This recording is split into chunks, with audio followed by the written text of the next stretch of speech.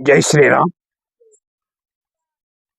వీరగంధము తెచ్చినారము వీరులెవరో తెల్పుడి, పూసిపోదుము మెడను వైతుము పూల దండలు భక్తితో. ఆ వీరుడెవరు? మనము తెచ్చిన వీరగంధము పూయించుకుండే ఆ మహావీరుని గురించి ఈరోజు మనము పూలదండలు వేసి భక్తితో ప్రణమిల్లిన ఆ మహావీరుని గురించి మనం ఇప్పుడు తెలుసుకుందాం. ఎరుపంటే ఎవడికి రా భయం, అది నా తల్లి భరతమాత నుదుటి సింధూరం. నా శివాజీ ఖడ్గానికి చేసిన శత్రు రక్త అలంకారం. ఖబర్దార్ దేశద్రోహుల్లారా, ఖబర్దార్ అని మనం అందరం కూడా ఈరోజు మన భారతదేశానికి చేసిన ద్రోహుల గురించి, మన భారతదేశానికి ప్రాణాలొడ్డి ఎన్నో యుక్తులతోటి నీళ్లు అన్నము లేక మన దేశం కోసం ప్రాణాలొడ్డిన మహాత్ముని యొక్క చరిత్ర గొప్పతనము తెలుసుకుందాం. ధైర్య సాహసాలకు మారుపేరు, ధర్మం కోసం కత్తిపట్టిన మహావీరుడు, ఎత్తుకు పై ఎత్తు వేసే అపర చాణక్యుడు, హిందూ ధర్మాన్ని కాపాడిన దురంధరుడు, శత్రువులకు సింహస్వప్నమైన శివాజీ మహారాజ్ ఆశీర్వచనాలు మన అందరికీ ఉండాలని ఆ శివాజీ కొలిచిన భవానీ మాతను మీ అందరి తరఫున, సంఘ తరఫున, హిందువుల తరఫున ఆ తల్లికి సహస్ర సాష్టాంగ నమస్కారాలు అర్పిస్తూ ఆ భరతమాతను వేడుకుంటున్నా. తర్వాత ఇందాక అనుకున్నాం కదా,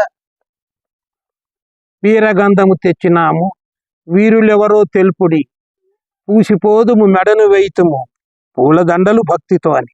ఇప్పుడు కూడా మీరు వీరతిలకం దిద్దుకున్నారు. ఇది వీరతిలకంగా ప్రకాశించాలి. ఎందుకంటే శివాజీ నుంచి స్ఫూర్తి పొందిన గుర్తు మనకు. ఈ ఛత్రపతి శివాజీ మహారాజు ఈయన మరాఠా వీరుడు. ఈ శివాజీ మహారాజుకు జై అని ఒక్కసారి ఆ మహనీయుల్ని మనస స్మరణము చేయుతూ ఇంకా మనం శివాజీ మహారాజుని గురించి తెలుసుకుందాం. జై ఛత్రపతి శివాజీ మహారాజుకి, జై భరతమాత ముద్దు బిడ్డకి, జై ఛత్రపతికి, జై హిందూ ధర్మ పరిరక్షకుడికి. Very good. ఈ శివాజీ మహారాజ్ జననం 1630 సంవత్సరములు, మరణము 1680. శివమేని కోటలో శివాజీ మహారాజు మహారాష్ట్రలోని శివమేని కోటలో వారు జన్మించారు. ప్రపంచంలో ఎన్నో సాంప్రదాయాలు, ఎన్నో చరిత్రలు, ఎన్నెన్నో సంస్కృతులు ఉన్న ఒక నూతన యుద్ధాన్ని కనుక్కున్న మహావీరుడు ఎవరంటే వీర శివాజీని. ఆ యుద్ధము ఎవరు కూడా చేయలే, వీర శివాజీ మాత్రమే ఆ యుద్ధ నైపుణ్యాన్ని, యుద్ధ తంత్రాన్ని ప్రపంచంలో ఎవరు చెయ్యని ఘనత చేసినది వీర శివాజీ మహానుభావుడే. తల్లిదండ్రులు ఆ యుద్ధం పేరే గెరిల్లా యుద్ధం. శివాజీ యొక్క మహారాజు చేసిన యుద్ధము గెరిల్లా యుద్ధం. ఇదేమి తుపాకులు, గుండ్లు అప్పుడు ఏమీ లేవు. యుద్ధాలు ఎట్లా చేసేవాళ్ళంటే చెట్ల మీద నడుచుకుంటూ, అడవిలో తిరుగుతూ యుద్ధం చేసేవాడు. తల్లిదండ్రులు పేరు షాజీ భోంస్లే జిజియాభాయ్, సంరక్షకుడు దాదాజీ కొండదేవ్. ఈయనకు బిరుదులు ఉన్నాయి. ఆ రోజు అంటే దాదాపు 350 సంవత్సరాల పైనే ఛత్రపతి అని బిరుదు పొందిన ఏకైక మరాఠా వీరుడు వీర శివాజీ. అట్లే హైందవ ధర్మోద్ధారక అన్న బిరుదు కూడా శివాజీ మహారాజుకు లభించింది ఆ రోజులలో. ఈయన సామ్రాజ్యాన్ని స్థాపించారు. ఏ సామ్రాజ్యం? దాని పేరు శివాజీ స్వరాజ్. చూడండి పేరులో ఎంత బాగుందో, స్వరాజ్యం. అప్పుడే స్వరాజ్, శివాజీ స్వరాజ్ అన్న పేరుతోటి సామ్రాజ్యాన్ని స్థాపించాడు ఈయన.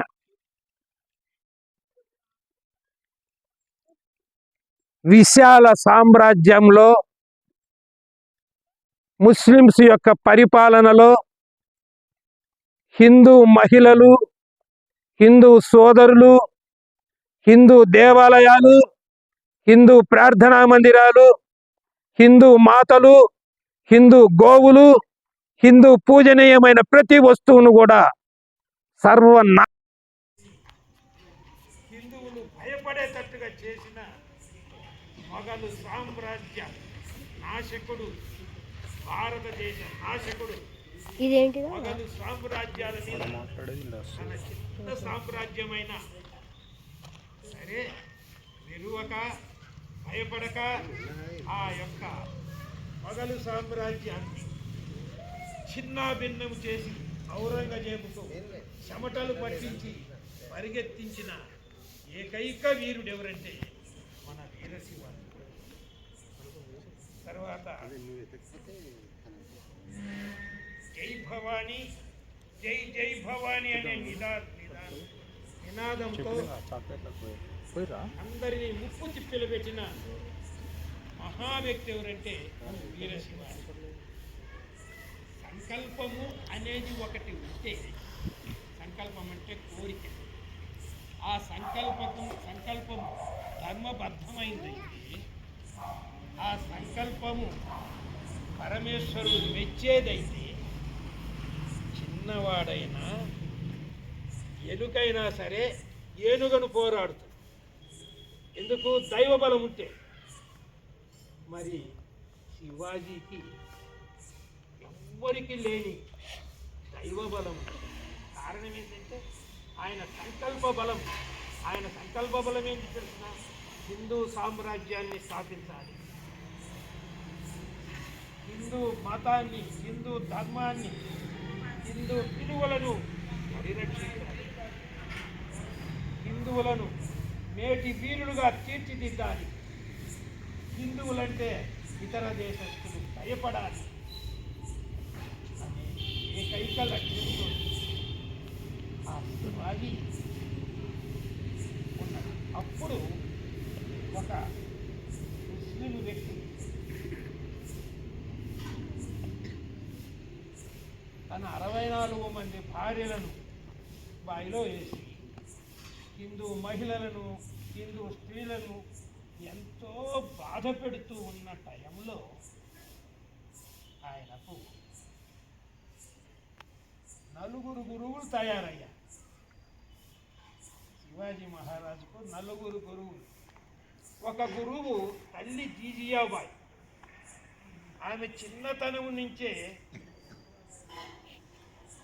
శివాజీ మహారాజుకు మహాభారతము, రామాయణము, భగవద్గీత ఇలాంటి హిందూ ధర్మానికి సంబంధించిన విషయాలు తెలియజేసి, అట్లాగే ఆయనకు ఉక్కుపాలతోటి నూరు పోసిన త్యాగము, ధైర్యము, వీరత్వము, శూరత్వము ఇవన్నీ కూడా చిన్నతనం నుంచే శివాజీ కలగజేసిన మొట్టమొదటి గురువు తల్లి జీజియాబాయి.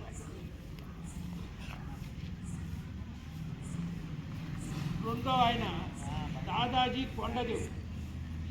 ఈ దాదాజీ కొండదేవు వీర శివాజీకి రాజకీయము, యుద్ధ నైపుణ్యాన్ని నేర్పించాడు. మూడవ వ్యక్తి తుక్కారాం. సామాజిక, భక్తిపూర్వక సామరస్యమును నేర్పించారు. సమర్థ రామదాస్. ఈ సమర్థ రామదాస్ వీర శివాజీకి హైందవ ధర్మం యొక్క సూక్ష్మాలన్నీ బోధించారు. హైందవ ధర్మం ఎలా కాపాడాలి అని బోధించారు. తర్వాత ఇంకోటి మనము కనుక్కోవాల్సింది, శివాజీ యొక్క ఖడ్గం. ఈ శివాజీ యొక్క ఖడ్గము శ్రీశైలంలో భ్రమరాంబదేవిని కొలువయ్యా, నీకు అమ్మవారి ఆశీస్సులు, అమ్మవారి నుంచి నీకు అన్నీ లభిస్తాయని చెప్పి సమర్థ గురు రామదాసు 16వ శతాబ్దంలో శివాజీని ఉత్తేజపరిచి శ్రీశైలం పంపించారు. శ్రీశైలంలో శివాజీ అర్ధరాత్రి 12 గంటలకు అమ్మవారి ఎదురుగా కూర్చొని తపస్సు చేసి అమ్మవారి చేతుల గుండా వీర ఖడ్గాన్ని అందుకున్నారు. ఈ వీర ఖడ్గం వల్ల 1653లో ఛత్రపతి సేన, అప్పుడు ఛత్రపతికి వయసు ఎంత తెలుసా? 23 సంవత్సరాలు. తన 23 సంవత్సరాలలోనే 3000 మందితో భ్రమరాంబను పూజించి భ్రమరాంబ హస్తము గుండా మంత్రయుక్తముగు ఖడ్గమును పొందిన మహావీరుడు శివాజీ. ఈ శివాజీ ఈ అమ్మవారు ఇచ్చిన ఖడ్గముతోటే హిందూ ధర్మ స్థాపన చేశారు. కొన్ని వేల పుత్తికలు నరికిపారేశారు. ఈ ఖడ్గం ఎంత పవర్ఫుల్ అంటే ఇది రావణుడికి శివుడు ఇచ్చాడు. ఈ ఖడ్గాన్ని శివుడి దగ్గర నుంచి అమ్మవారు తీసుకొని ఆ అమ్మవారు